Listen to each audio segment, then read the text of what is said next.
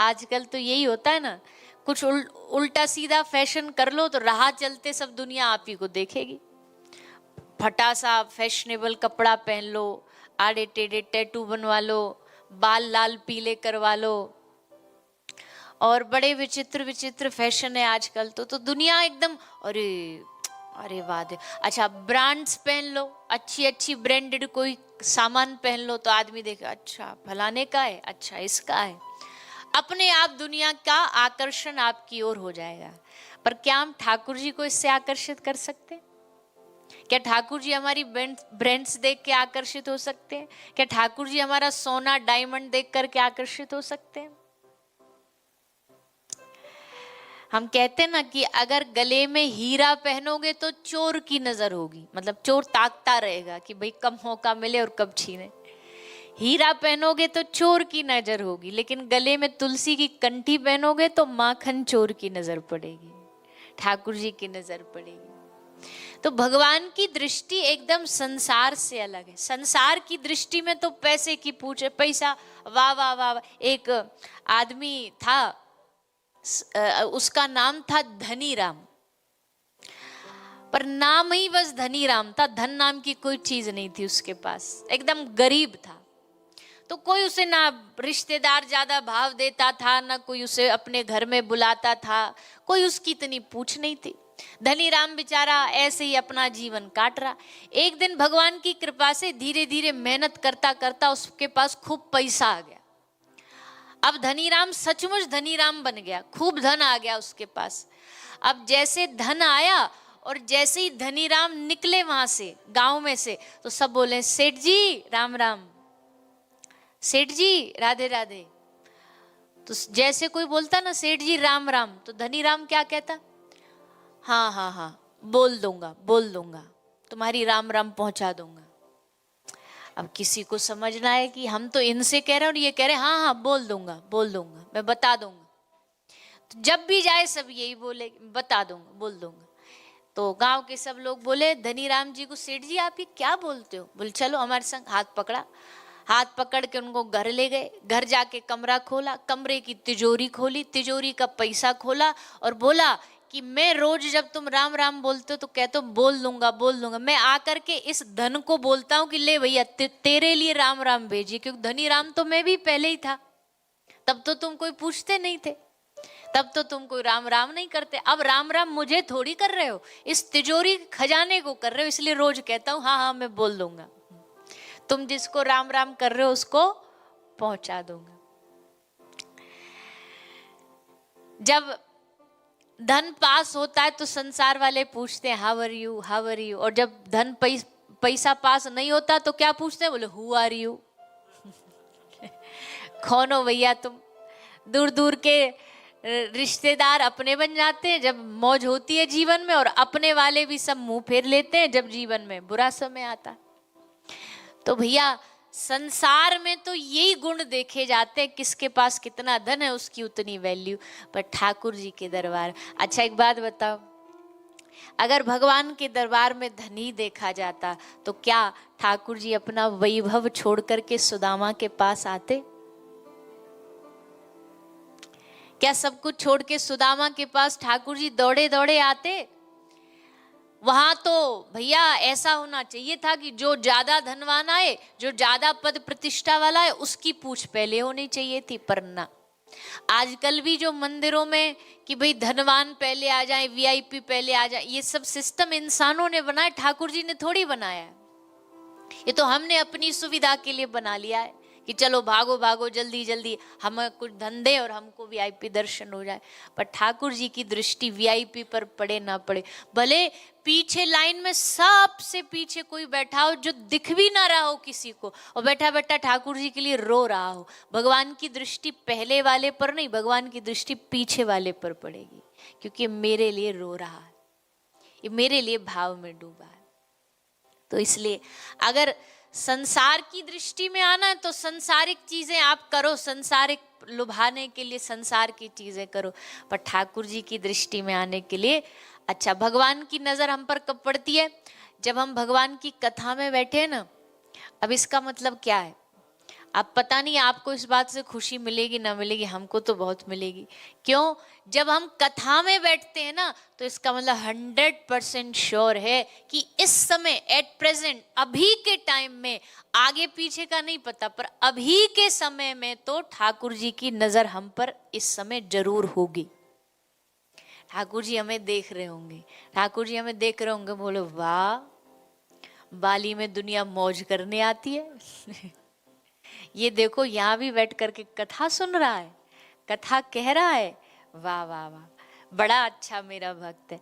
और हमारे ठाकुर जी ऐसे न जाने कौन से गुण पर दयानिधि रीझ जाते हैं, इनकी कोई गारंटी नहीं कब इनको हमारा कौन सा गुण भा जाए, कब इनको हमारी कौन सी छोटी सी क्वालिटी भी भा जाए। और ठाकुर जी के साथ एक सबसे बड़ा गुण क्या है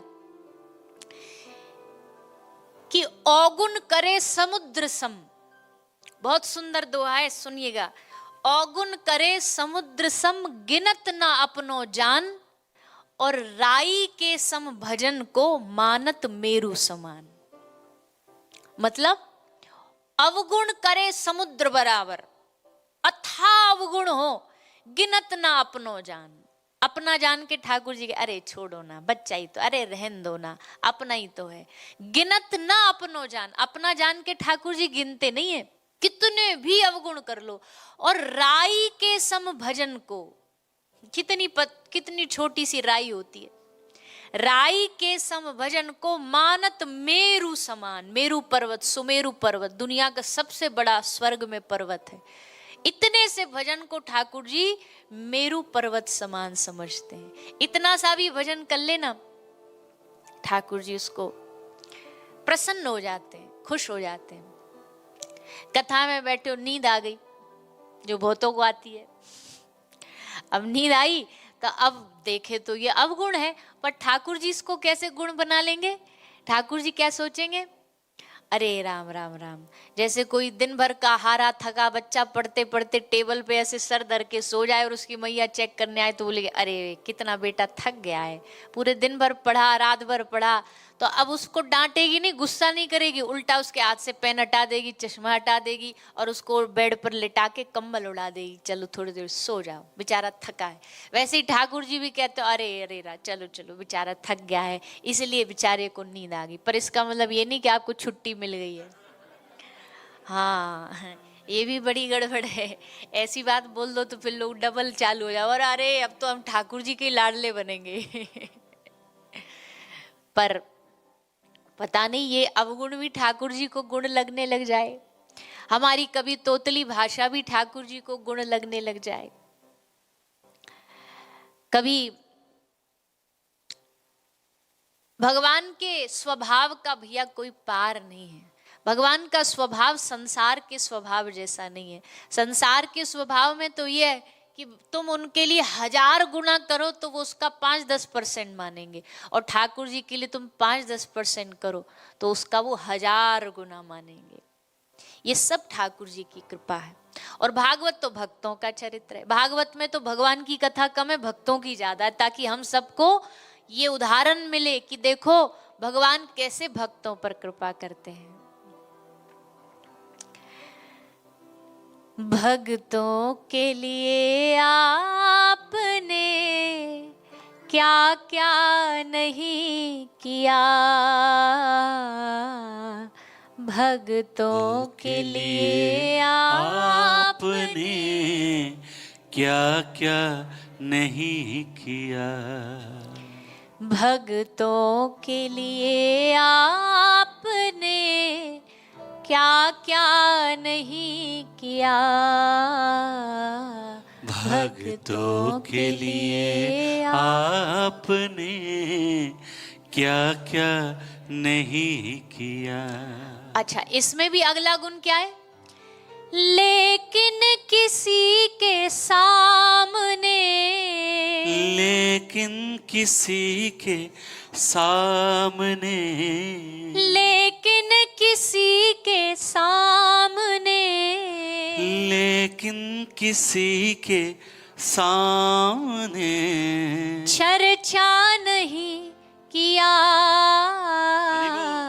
भक्तों के लिए आपने आपने क्या क्या नहीं किया।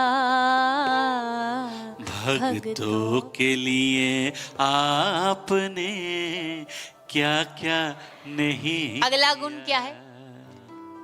करते हो भूल जाते हो, ऐसे दयालु हो। करते हो भूल जाते हो, ऐसे दयालु हो। करते हो भूल जाते हो, ऐसे दयालु हो। करते हो भूल जाते हो, ऐसे दयालु हो। है कौन जिस पे आपने, है कौन जिस पे आपने, है कौन जिस पे आपने, है कौन जिस पे आपने कृपा नहीं किया।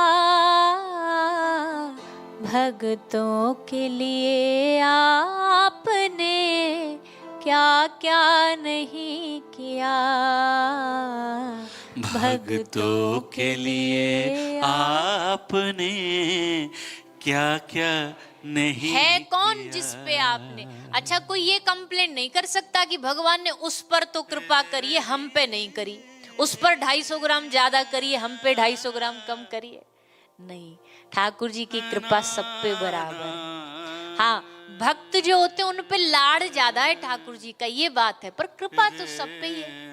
कृपा है तभी तो सांस ले रहे हैं, कृपा है तभी तो जिंदा है। बिना कृपा कैसे? और करते हो भूल जाते हो, ये सबसे बड़ा गुण है। करने वाले दुनिया में और भी मिलेंगे आपको, पर करने के बाद उसको जताएंगे 1000 गुना, भूलेंगे नहीं, भुलाए भी ना भूलेंगे। एक महात्मा जी सुनाते थे, बोले एक आदमी अपने ससुराल जा रहा था, तो ससुराल जा रहा था तो मित्र से बोला, भाई साहब हम अपने ससुराल जा रहे हैं। तो उसने कहा ससुराल जा रहा और ये फटा सा कपड़ा पहन रखा, ले एक काम कर, तू हमारी बढ़िया वाली नई नई हमने सिलवाई है ये शर्ट पहन जा। तो उसने शर्ट दी, तो वो बोला, अरे भैया बड़े धन्यवाद तुम्हारा, बहुत बहुत। अच्छा तुम भी चलो ना हमारे साथ, खाली हो तो दोनों दोस्त चलते हैं, हमारा मन भी लग जाएगा, ससुराल में पहली पहली बार जा रहे हैं तो पता नहीं मन लगे ना, बोले तुम साथ चलो। तो दोस्त को उसको साथ ले आया, दोस्त की शर्ट पहन के बढ़िया आ गया, ससुराल आया। ससुराल वाले ने पूछा, जी दामाद जी कैसे हो जी, काहे जी। बड़े खुश हुए सब, दामाद जी पधारे, स्वागत किया सत्कार किया। दोस्त पधारा, उसका भी स्वागत सत्कार किया। आप कैसे हो जी? बोला सब बढ़िया है, सब अच्छा है, सब एकदम बढ़िया है। और ये आ रहा था हमारा दोस्त, ससुराल आ रहा था, मैं खाली था, बोला साथ चलो, तो साथ चला। मैंने देखा कपड़ा बढ़िया नहीं, तो मैंने कह दिया मेरी शर्ट पहन करके चलो। अब उसने ऐसे कौन ही मारी, अरे ससुराल में आए क्यों बेइज्जती करवा रहा है क्यों बेइज्जती करवा रहा है, चुप रहे, ये बात बताने की थोड़ी है। बोला अच्छा ठीक है हम ध्यान रखेंगे। अब जब पुराने जमाने में ससुराल जी गांव आते थे ना, तो केवल एक घर के दामाद जी नहीं रहते थे, पूरे गांव के दामाद जी होते थे। पूरे गांव में उनका स्वागत होता था, पड़ोसी के घर भी बुलाए जाते, तो पड़ोसी ने बुलाया, दामाद जी पधारो, तो दामाद जी पधारे। कैसे हो? बोले ठीक है। ये कौन? बोला हमारे मित्र। आप कैसे? बोले एकदम बढ़िया है, और ये हमारा दोस्त आ रहा था, हम भी इसके साथ आ रहे थे, और ये कपड़ा इसके, पर ये शर्ट हमारी नहीं है पर ये हमारी नहीं है क्योंकि अब मन में तो वही गड़ा हुआ था, मन में तो वही गड़ा हुआ था। फिर तीसरे घर गए, तीसरे घर वाले ने फिर पूछा, दामाद जी कैसे हो? बोला हम एकदम बढ़िया हैं। ये कौन है? बोले हमारे दोस्त। आप कैसे जी? बोले एकदम बढ़िया, एकदम बढ़िया है, और एकदम अच्छे से आ गए, और ये ससुराल आ रहे थे, बस कुछ भी हो जाए इस शर्ट के बारे में ना पूछना हमसे तो जो दिल में बैठा है, जो मन में बैठा है, एहसान वो छूटता नहीं है। आदमी के वो कहीं ना कहीं कोने में कुरेदता रहता, चुभता रहता। पर ठाकुर जी करते हैं भूल जाते हैं, ऐसे दयालु हैं। है कौन जिस पे आपने कृपा नहीं किया। प्रहलाद को बचा लिया, ध्रुव को बनाया ध्रुव तारा, आज जो भक्तों की कथा भी आप सुनेंगे ना, वो ठाकुर जी के वो भक्त हैं जिन्होंने बुढ़ापे में भगवान को नहीं पाया, बल्कि अपनी बचपन को, बाल्यकाल को ठाकुर जी के चरणों में लगा लिया। और बालकपन सो हरि भजे, जग सो रहे उदास।